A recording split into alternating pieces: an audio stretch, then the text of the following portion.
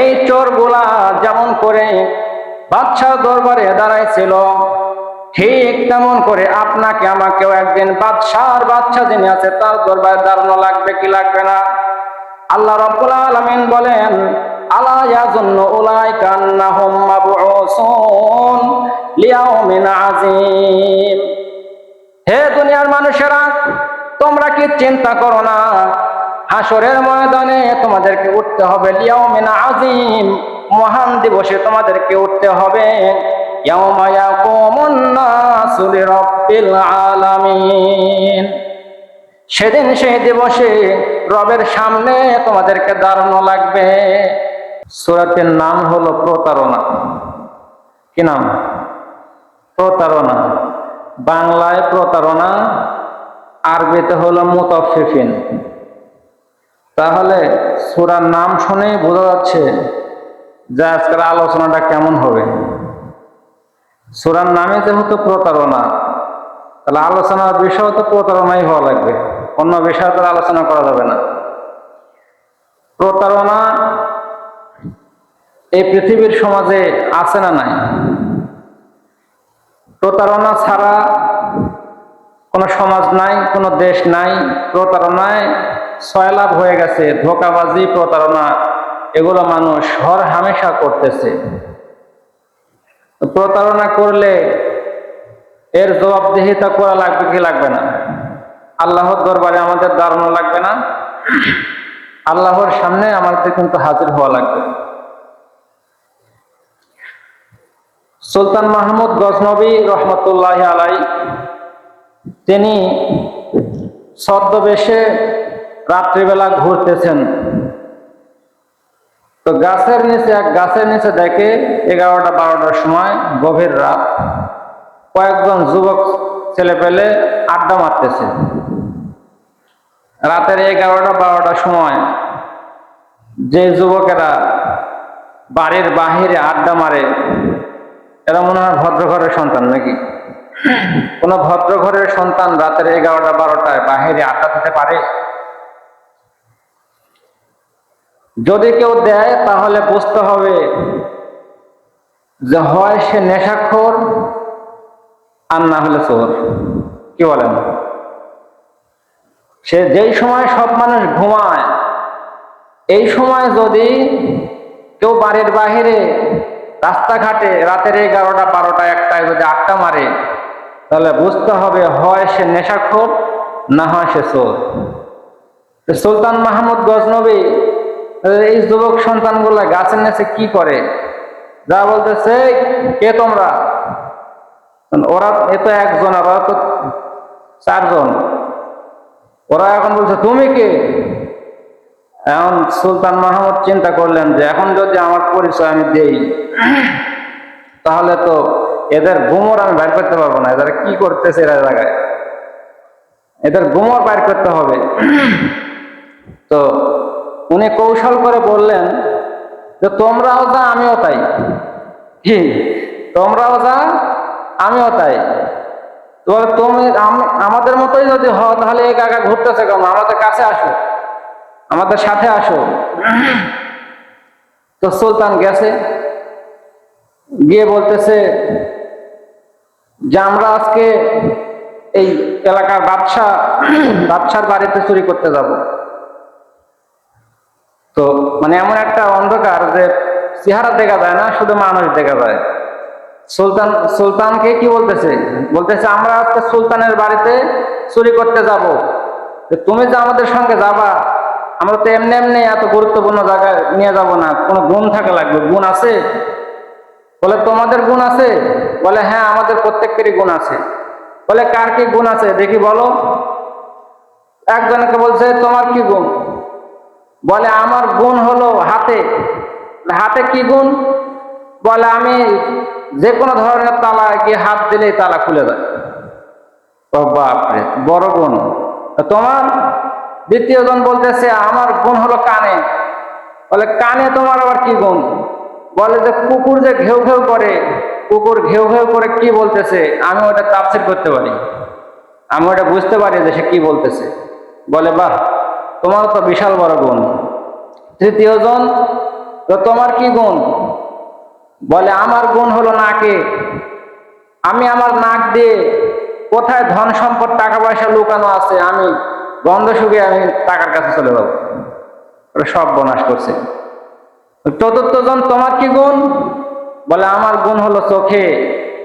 আমি রাতের আধারেও যদি কোনো মানুষকে দেখি তাহলে মৃত্যুর আগ পর্যন্ত তাকে আর ভুলি না। দিনের বেলাও চিনতে পারি, সবসময় তাকে চিনতে পারি। আমি অন্ধকারের মধ্যে, সে আমাকে দেখবে না কিন্তু আমি তাকে দেখে চিনে ফেলি। বলে সুন্দর গুণ। এখন মুরব্বী তোমার কি গুণ? সুলতান মাহমুদকে বলতেছে তোমার কি গুণ আছে তুমি এখন বলো। সুলতান মাহমুদ এখন বলতেছে আমার একটা গুণ আছে, সেই গুণ হলো কোন মানুষ যদি মার্ডার মামলার আসামি হয়, মৃত্যুদণ্ডের আসামি হয়, আর আমি যদি আমার দাড়িটা শুধু একটু নাড়া দেই তাহলে পারে তার মৃত্যুদণ্ড মওকুফ হয়ে যায়, সে বেঁচে যায়। পরে সব বনাশ করছে, তোমাকে তো আমাদের লাগবে, তুমি আমাদের দলভুক্ত হয়ে গেলা, চলো সুলতানের বাড়িতে চুরি করবো। সুলতানের সাথে করে নিয়েই সুলতানের বাড়িতে গেছে চুরি করতে। এখন গেটের সামনে গিয়ে এই হাতের গুণ, তোমার গুণ দেখাও। ও যা তালার মধ্যে হাত দিছে, বিশাল তালা খুলে গেছে। ভিতরে ঢোকার পরে কুকুর চিল্লাচিল্লি শুরু করছে, কুকুর ঘেউ ঘেউ শুরু করছে। গলায় দ্বিতীয় জন, তোমার গুণ তুমি প্রকাশ করো, কুকুর কি বলতেছে আমাদেরকে শোনাও। দ্বিতীয় জনে কোন ডাক দিয়া বলে কুকুরের আওয়াজ শুনে তো আজকে উল্টা পাল্টা মনে হইতেছে। আমি সারা জীবন কত কুকুরের আওয়াজ শুনলাম, কিন্তু এমন কুকুরের আওয়াজ তো আমি কোনদিন শুনি নাই। কুকুর এমন কথা বলে কেন? কি বলে? বলে কুকুর বলতেছে চিন্তার কোনো কারণ নাই, মালিক তোমাদের সাথে আছে। আরে বা, আমরা তো 5 জনই চোর, মালিক কোথা থেকে আসলো? কুকুর মনে হয় ভুল বলতেছে, কুকুরের মাথা ঠিক নাই।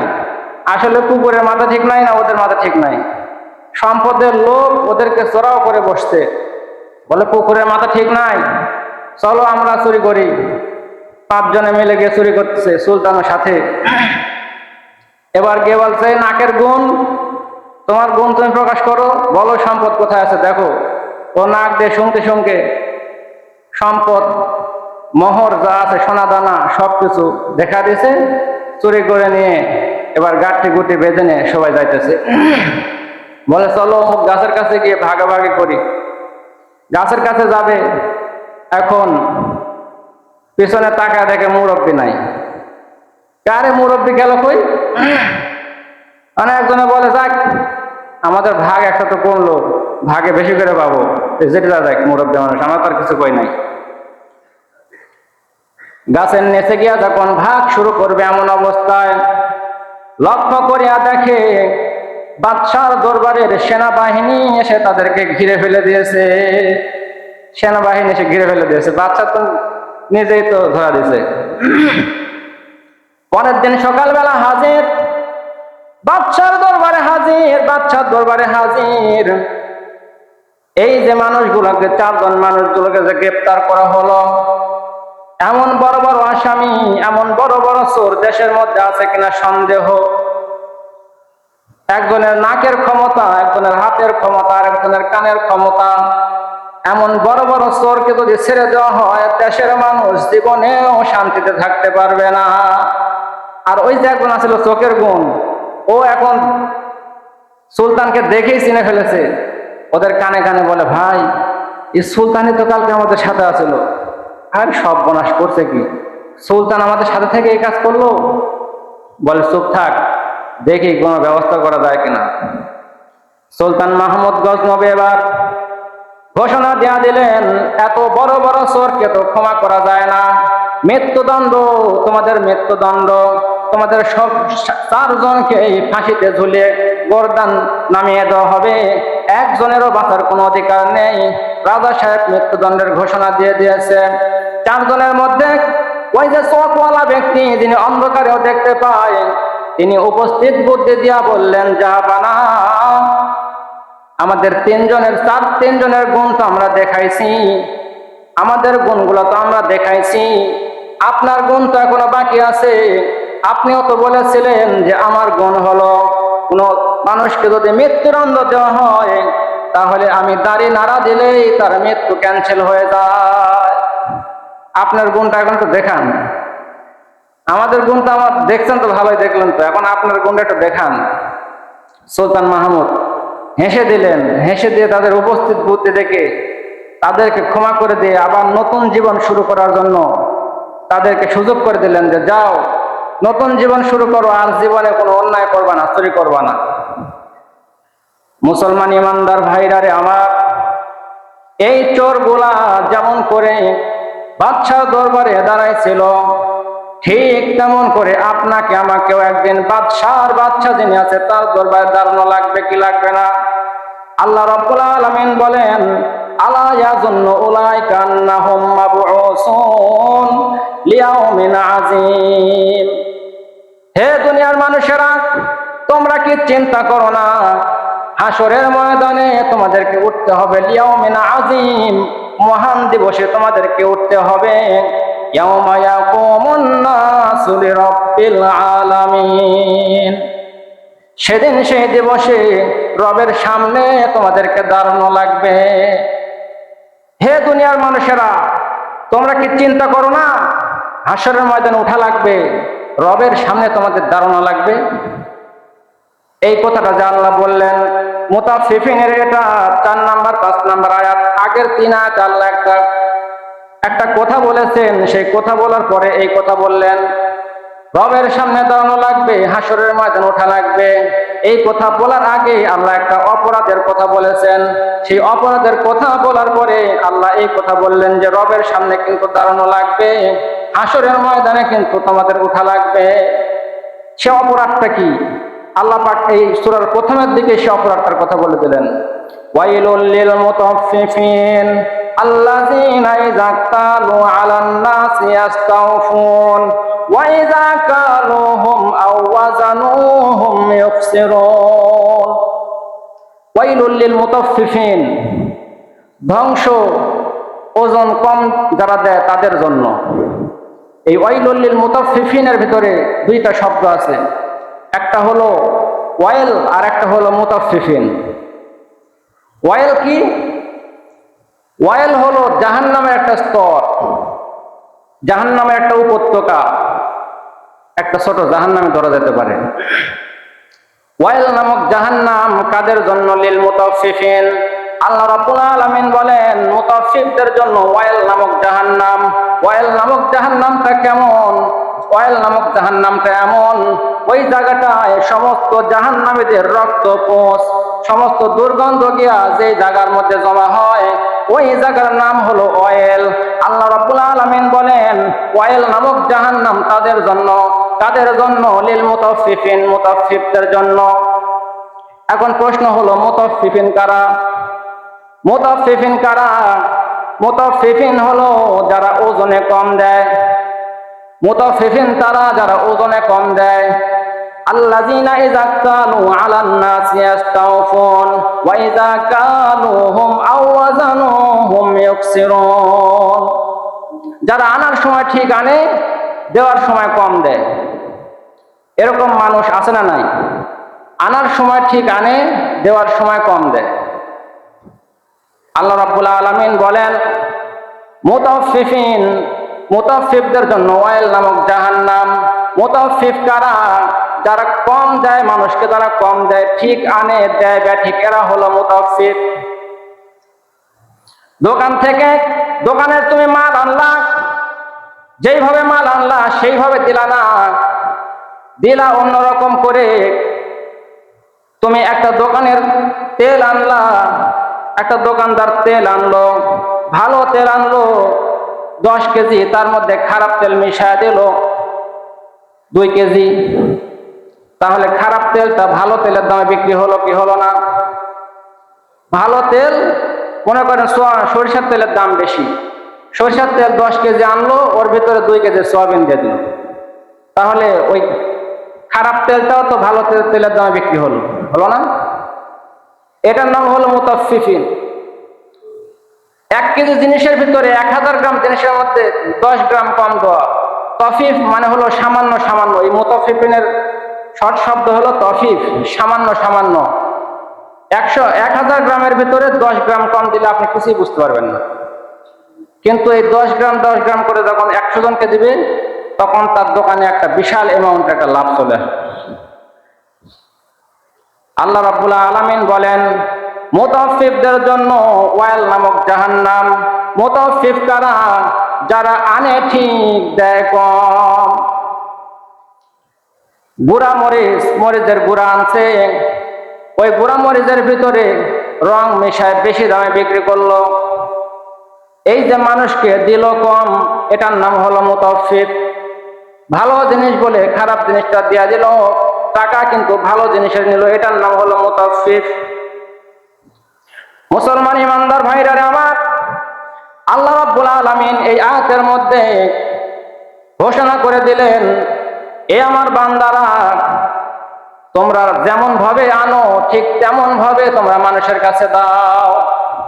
যেমন ভাবে তুমি আনো ঠিক তেমন ভাবেই মানুষের কাছে তুমি দাও। যদি মানুষের হক তুমি নষ্ট করো, তাহলে তুমি মুতাফফিফ হয়ে গেলে। এই কারণে আমরা যে ব্যবসা বাণিজ্যগুলো করি, আমাদের চিন্তা ভাবনা করে আমাদের ব্যবসা বাণিজ্য করতে হবে। যদি আমরা ব্যবসা বাণিজ্য করার সময় অপরের হকের চিন্তা না করি, তাহলে আমি কিন্তু মুতাফফিফ হয়ে যেতে পারি। ভালো কোম্পানির মাল একটা রেট, খারাপ কোম্পানির মাল একটা রেট। এখন যদি এই খারাপ কোম্পানির মাল কোনো দোকানদার রাখে বা রেখে যদি এই খারাপ কোম্পানির মালটা যদি সে ওই ভালো কোম্পানির মালের দামে রেট ধরে বিক্রি করে দেয়, তাহলে সে কাস্টমারের হক নষ্ট করলো। কথা বুঝতেছেন? আপনাকে মাল দিল খারাপ, কিন্তু দামটা ভালো কোম্পানির দামে সে নিয়ে নিল। এই যে আপনাকে আনলো ঠিক, কিন্তু দিল আপনাকে কম। টাকা নিল ঠিক, দিল আপনাকে কম। এটার নাম হলো মুতাফফিফ। মুসলমান ইমানদার ভাইরারে আমার, শুধু ব্যবসায়ীরাই মুতাফফিফ হয় না, ব্যবসায়ী ছাড়া আমি আপনিও কিন্তু মুতাফফিফ হইতে পারি। যারা চাকরি করে তারা মুতাফফিফ হইতে পারে। সকাল 8টার থেকে স্কুল গেল 10টার সময়, লেখলো 8টার সময়, আবার ছুটি 4টা বাজে, চলে আসলো 2টা বাজে, খাতায় লেখে আসলো কয়টা? 4টা। খাতায় লেখে আসলো 4টা, কিন্তু চলে আসছে 2টা।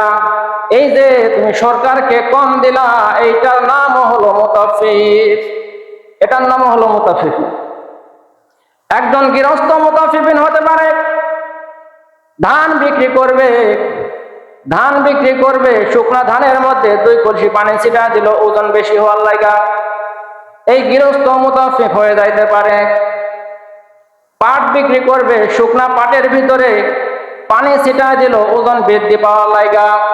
এই গৃহস্থ কিন্তু মুতাফফিফ হয়ে যাইতে পারে। মানুষকে কম দেওয়ার নামই হলো মুতাফফিফ। যারা মানুষকে ঠকানোর চিন্তা ভাবনা করে, প্রতারণায়, সূরার নামে হলো প্রতারণা। যারা মানুষকে ঠকানোর চিন্তা করে, কম দেওয়ার চেষ্টা করে, তারাই হলো মুতাফফিফ। মুসলমান ইমানদার ভাইরারে আমার, যারা ধান ক্রয় করে, যারা ব্যাপারী আছে, যারা কিনে, তারা মুতাফফিফ হয়। কেমন করে মুতাফফিফ হয়? বলে আমি মেপে নিলে এক রেট, তুমি মেপে দিলে আর এক রেট। গৃহস্থ যদি মেপে দেয় তাহলে রেট কম, আমাকে যদি মেপে না তাহলে রেট বেশি। কারণ কি? কারণ তাদের মধ্যেও কিছু লোক থাকে আলাদা মাপ মেপে নেওয়ার জন্য। এমন ভাবে মেপে নিবে 200 মণ ধানের ভিতরে কমপক্ষে 5 মণ ধান বেশি নিয়ে নিবে। এটা হলো মুতাফফিফ। কথা বুঝতেছেন? মুতাফফিফ যারা মানুষকে কম দেয়, আল্লাহ পাক বলেন, আল্লাযীনা ইযা ক্তালু আলান নাসি ইস্তাওফুন। যারা নেওয়ার সময় পরিপূর্ণ মাত্রায় নেয়, কিন্তু দেওয়ার সময় ছল চাতুরি করে মানুষকে কম দেওয়ার চেষ্টা করে, প্রতারণা করার চেষ্টা করে, এরাই হলো মুতাফফিফ। এবার আসেন, ব্যবসা কিন্তু খারাপ না, ব্যবসা কিন্তু বরকতের একটা জিনিস। ব্যবসার মাধ্যমে আপনি সফলতা পেতে পারেন। চাকরি যারা করে তাদের গুণা পয়সা বাড়তি কোনো পয়সা নাই, কিন্তু ব্যবসা করলে আল্লাহ পাক আপনাকে বরকত দিয়ে ধনী বানিয়ে দিতে পারে। এই কারণে ব্যবসা খারাপ না, কিন্তু ব্যবসা করতে হবে সঠিকভাবে। সঠিকভাবে যারা ব্যবসা করবে তাদের জন্য বিশাল পুরস্কার আছে। আর যারা সঠিকভাবে ব্যবসা করবে না তারা দুনিয়াতেও ক্ষতিগ্রস্ত হবে, আখিরাতেও গিয়া ক্ষতিগ্রস্ত হবে। সঠিকভাবে যদি ব্যবসা না করেন তাহলে দুনিয়াও ক্ষতিগ্রস্ত হবেন, আখিরাতেও ক্ষতিগ্রস্ত হবেন। কিভাবে ক্ষতিগ্রস্ত হবেন? এক দোকানদারের কাছে এক কাস্টমার 5 বছর ধরে খায়। দোকানদার যে যা রেট চায় কাস্টমার তাই রেট দিয়ে নিয়ে বাড়িতে চলে যায়, যে মাপ দেয় সে বিশ্বাস করে নিয়ে যায়, 5 বছর ধরে খায়। এই কাস্টমারের একদিন গরু বিয়েছে, মানে বাছুর হয়েছে। দোকানদার বলে, ভাই আমাকে তো বান্দা দুধ দাও, প্রতিদিন 1 কেজি করে বা হাফ কেজি করে দুধ দিবা। তো এখন 1 কেজি করে দুধ প্রতিদিন নেয়। দোকানদার এখন একদিন মিটারের তুলে দিয়ে দেখে যে 100 গ্রাম দুধ কম। কতখানি কম? 100 গ্রাম দুধ কম। দোকানদার হলো মুতাফিফ, প্রতারক। আর এই যে দুধওয়ালা যে কাস্টমার, এ হলো ভালো মানুষ। তো এখন দোকানদার তো প্রতারক, সে তো দেখতেছে 1 মাস খাওয়ার পরে একদিন হঠাৎ করে মিটারের তুলে দিচ্ছে, দেখি তো, দেখে 100 গ্রাম কম। পরের দিন আসছে, মিয়া তুমি এরকম প্রতারক, আমি তোমার কাছে 1 মাস ধরে দুধ খাই দিচ্ছি, এই যে 100 গ্রাম দুধ কম, প্রতিদিন 100 গ্রাম করে দুধ কম হলে কতগুলো দুধ নেওয়ার কম দিচ্ছে।